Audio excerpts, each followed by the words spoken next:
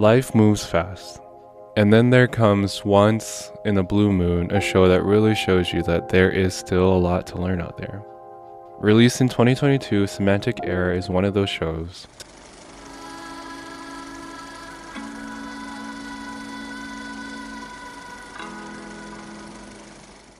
Though set on a college campus, scenes are immersive and it makes you feel like you're really there. Yes, it is cheesy, but that's what we're tuning in for. Semantic Era uses it to leverage itself. To show Sangwoo, who is shown with cooler tones like blue and neutral colors, against Jaeyoung, who likes red and warmer colors. And by episode 8, Sangwoo and Jaeyoung are wearing really neutral colors to show that they've become one. Framing is a great device to use. Not only does it help show visually what characters are feeling, characters are framed together, arguing, and at points far in distance and off. Along these visual metaphors, composition and quick lines the actors say all meld together.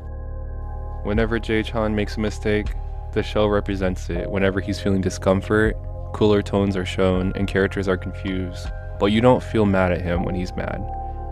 You want to support him and get to know why he's upset. Semantic Era really defined an era for BL and really propelled the careers of the two actors involved. The color and contrast between the characters used to show their differences really elevated the show. Framing devices helped capture moments, intensify them, and even dramatize some of the cornier parts to make it more believable. Close-ups are one of the best in BL and really help you connect to the characters. And it really becomes addicting by episode 8, and you want to come back and rewatch just because of how good they filmed the show.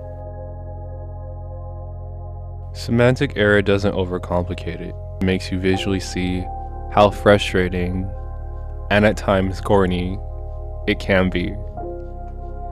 Characters are likable, the story is short, and pacing is there to keep you on your toes.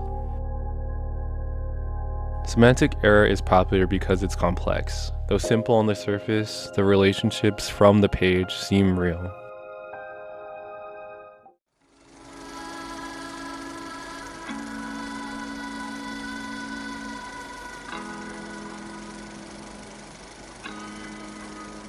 Love in the Big City, released in 2024, takes everything great Semantic Era did and grounds it with real-life struggles. Dealing with real-life struggles, and not just romance, the emotions feel raw, and it seems more grounded. Starring Nam Yoon-soo as Go-young, we watch as his character unravels his life over the past decade. All its ups, downs, success, and failures. We get to see every single piece as he tries to piece together what he has left to make a future for himself, and only for himself.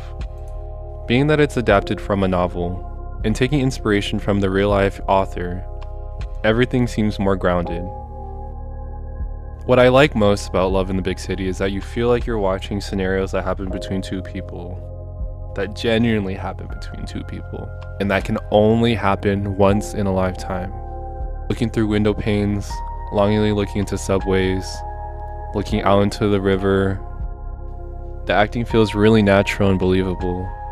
And it only makes you root for Go-young harder as he goes from hardship to hardship. And in a show like Semantic Era, who showed the comedy and fun aspects, Love in the Big City showed how real and authentic those happy moments are far and in between. What things can take place in between all of those happy moments. And when you don't take the time to kind of sit back and relax and be grateful that you got to experience those fun and happy moments, how much regret you can be felt and left with. The great thing about this show is it not only shows happiness between two people, it shows happiness between others around them. People who are excited to live their lives. And as a melodramatic series, by the end of it, you really look back and think, wow, this is not just a show about romance. It's about life. How to grow, how to move on, how to accept, forgive. And what do you do after you do all of that? Where do you go from there?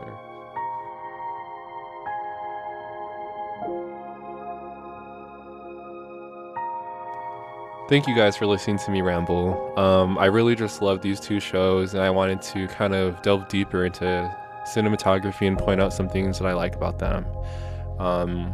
If you guys can keep up the conversation below, let me know and tell me why do you like Semantic Error? Why do you like Love in the Big City?